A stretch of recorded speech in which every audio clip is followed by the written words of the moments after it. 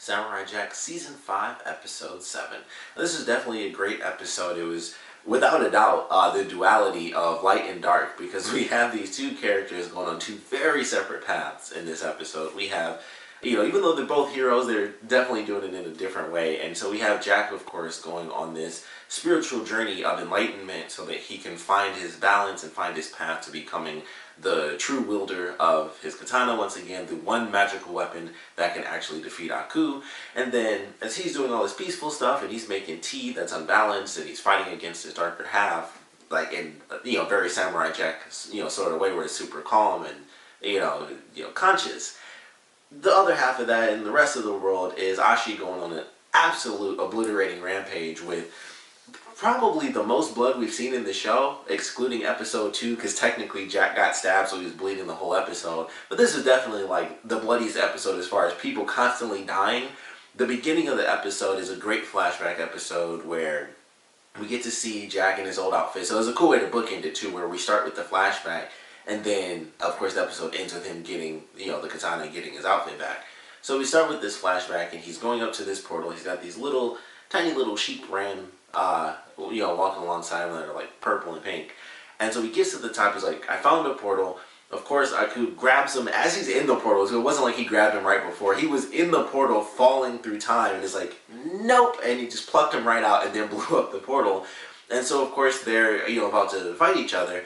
And Aku's like, well, I'm not going to deal with this because that thing can kill me. So, I'll leave you with something else. And Jack ends up going against these giant beasts, and they're like, just crazy wildebeest. So he ends up killing them.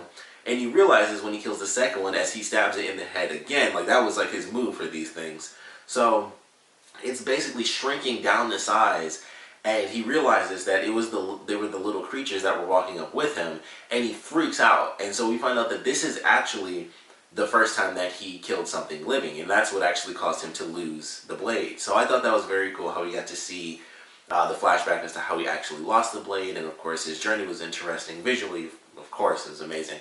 So he goes through this journey, he finds, I guess, some random spirit person, I don't know, but, he ends up talking with him, he's making the tea, and he tells him that it has the right ingredients, but it's unbalanced, and that's when we get, like, basically the doubter version of Jack, where, throughout the series so far, he's been saying, like, you've been weak, you've been screwing up, you let everybody die, kind of filling his head with all these, bad memories, or just bad visions. So he already defeated the evil samurai at the cemetery, and now he was able to defeat himself to get complete balance, and he's able to kind of become the chosen one again as he sees the celestial beings that actually, I believe these were supposed to be the celestial beings that actually were meant to destroy Aku, or they thought they killed Aku in the past.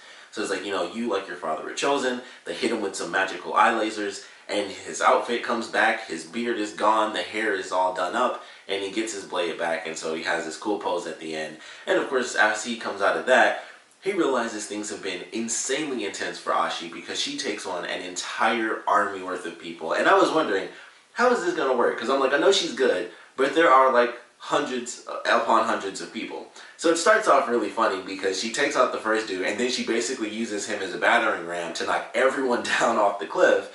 And I was like, okay, that was simpler than I thought. She's going to take them down one by one as they come up. And as I was thinking that, she leaps into the crowd, and I was like, nope, she's going full force. And she jumps into the crowd of them. She's dodging every single thing, punching people in the face, or these creatures. She basically rips one dude's arm completely off. She twists it, and it just pops off. She's grabbing arrows, and like when she dodges the spear, she chops them and then just throws them all out, and they just hit all of them in the head. Just death left and right. Punching people so hard that I think it was like her right arm, like up to her, almost up to her elbow, was just completely red, like covered in blood. And it was crazy. She was going through this intense thing, and I love the way they were cutting back and forth, where it's like the first time they do it, she's just punching left and right, and she's screaming, and her face is really, contorted. You can see all these lines, and she's sweating, and in the middle of her screaming, it just cuts to like silence. And it's just Jack making some tea, and it's just that back and forth until it gets to the end of both their journeys. And Ashi's able to take out this entire army single-handedly, which was really awesome. And then she realizes that someone made it to the top. I instantly just assumed it was another part of the army. That just makes sense. It only takes one. That's what I was thinking. Like, as soon as she was down there and it was all said and done, I'm like, there's going to be one person left because she was fighting tons of people. Someone was smart enough to say, well, I'll just go kill Jack. So She runs up to the top. She ends up whistling for like the giant owl creature basically to come, help her out. And it turns out it's her mother. And that was a pretty epic fight sequence. And I was surprised. She held her own. Like, she actually won. And it wasn't as tough as I thought it was going to be. Like, she actually held her own fairly well. And maybe that just comes from her being the strongest, as her mother even says it in the very beginning. So they have a great fight sequence where, it starts off where they're, basically fighting with blades, even though Ashi technically has a horn. So they're fighting back and forth. The mother tries to jump for Jack, so she has to grab her foot. And I love the way she missed Jack, and as she was being pulled backwards by Ashi, she tried to just get her in the air, like, oh man, like, you already pulled me, so I might as well try to kill you too. And so they go through this fight. They have this conversation about how she, Ashi betrayed her sisters and betrayed everyone because she, of course, wouldn't kill Samurai Jack. So a very poignant conversation there. And she's like, you killed my sisters. We were, our lives were basically sealed the day we were born.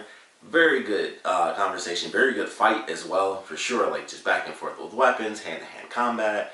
The mother getting like the crazy claw mode going, like Lady Deathstrike from X-Men or something. She's clawing up stuff.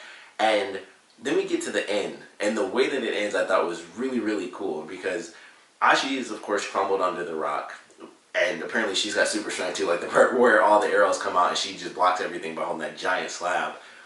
Jack has it too because he got crushed in that flashback sequence. I was like, oh, I didn't know he actually had like super strength because neither of them should have got out of that, but it was really cool. So she gets, she falls under the rumble, and she has to get this arrow and just launches it. And I love the fact that they basically did a quadruple take, because first they do the sound effect because the mother gets hit in midair, and then that's when we get the 3 stills. So technically they did show it like 4 separate times. So she gets killed in midair, then they cut to that black frame, and then she gets killed again, and then they zoom in even further each time, and she's killed for that final time.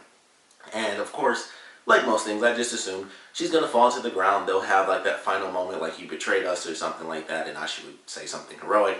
But none of that crap happened. She got hit midair, she's dead, and then she just plummets off the top, and we don't even see her hit the ground. So I don't know, maybe they'll pull something in these last couple episodes where she actually didn't die because we didn't see a body. I'm always suspicious like that. Whenever there's no body, I always assume that something's going to happen. I thought we would see one of Ashi's sisters in this episode because I mentioned before, in the part where, I think it was episode 3 or episode 4, when Ashi was fighting Jack in the beginning of that episode, after they all fall down, one of her other sisters was punched in the face. She passed out and fell down, and I always assumed she has to show up somewhere. That could still be the case. I just highly doubt it at this point, because this would have been the perfect moment. Like, look, I have one of your sisters. She came back to me, and that's why, we're here now. So I was surprised that actually didn't happen, so maybe my suspicions were actually just wrong the whole time. But definitely a cool fight sequence. Great way to end it with Ashi. She destroys an entire army, and then she actually defeats her mother, just as Jack is ending his journey of enlightenment to, kind of bring balance back to himself, and he's able to be the chosen one again. So now they're, of course, headed towards our coup. We have episodes 8, 9, and 10, and then we are done. The next episode seems fairly interesting. They're being chased by this creature that even in the promo they don't show, so I kind of hope that's how the whole episode is, where all they hear is this crazy noise, and we don't see the creature until like the end of the episode. But they're in some sort of weird, I don't know if it's going to be like some sort of Empire Strikes Back sort of thing, where they're inside of this thing and it ends up being a living creature. But it's something mechanical that's moving around, because they go through an entrance and then it disappears. And so they're being chased by whatever this random thing is, and they're lost. And I kind of just like that idea. I'm very curious how this is going to play out. It's, an interesting cat and mouse sort of game. And then, of course, we have our last 2 episodes. If the Scotsman and his daughters, or the Scotsman's ghosts and his daughters don't show up in the next episode, which it seems like they won't, odds are they'll end up showing up in episode 9. And then everyone goes off to fight Aku in episode 10. But we're close to the end. It's crazy. Every time there's a new episode, I'm just like, wow, there's only 3 more left, and 2 more, and then eventually 1 more, and then nothing. It'll be the end officially of Samurai Jack. So we're just getting closer and closer. But this is definitely a great episode. Jack gets his whole outfit back by the end, which I thought was really cool. But Ashi was just like super hardcore in this, and she used it for good this time. She actually used it to save the hero rather than kill him, but it was still insane. Like, she went ballistic on those guys, and then, she actually wins against her own mother. So that was definitely a great action episode, but it was also really spiritual and enlightening as well for Jack. So they definitely have both sides of what this series, really brings, which is the crazy action, but also the spiritual side and the the calm, the yin and the yang of this show literally is just very calm and peaceful stuff where it's quiet and, you know, reflective, and then the other side is just balls to the wall action and people, yeah, especially in this version of it, people getting stabbed in the head and just arms twisted off and all sorts of craziness. But great episode. I think this might be like my second, maybe third favorite episode. I'm not sure. This is episode 2 is still probably my favorite. Jack fighting all the sisters is still my number 1 just because it was so intense. And then I don't know. I don't know if this beats the nostalgia episode or not, because it's like, even though I wasn't as familiar as I could have been with Samurai Jack, I still remembered a lot from what I saw in that episode last week.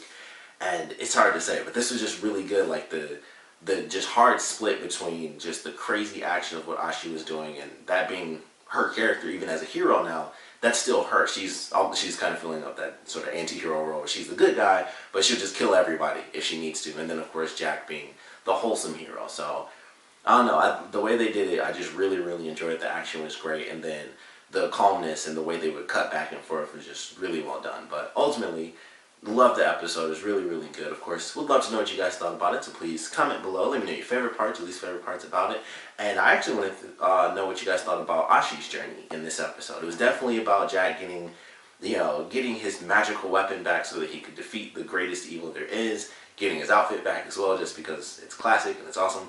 But I think Ashi had admittedly a more interesting journey. Maybe it's because I didn't expect it. I mean, I think we all knew that Jack was going to get everything by the end of the episode, but Ashi had to literally fight to protect this guy. She was looking for him before, and they teamed up, but she literally had to save his life in this episode, and I felt like that was a bit different. Plus, the surprise twist that, like, her big boss battle was actually against her mother. Really just thought it was another random villain that she was going to have to fight.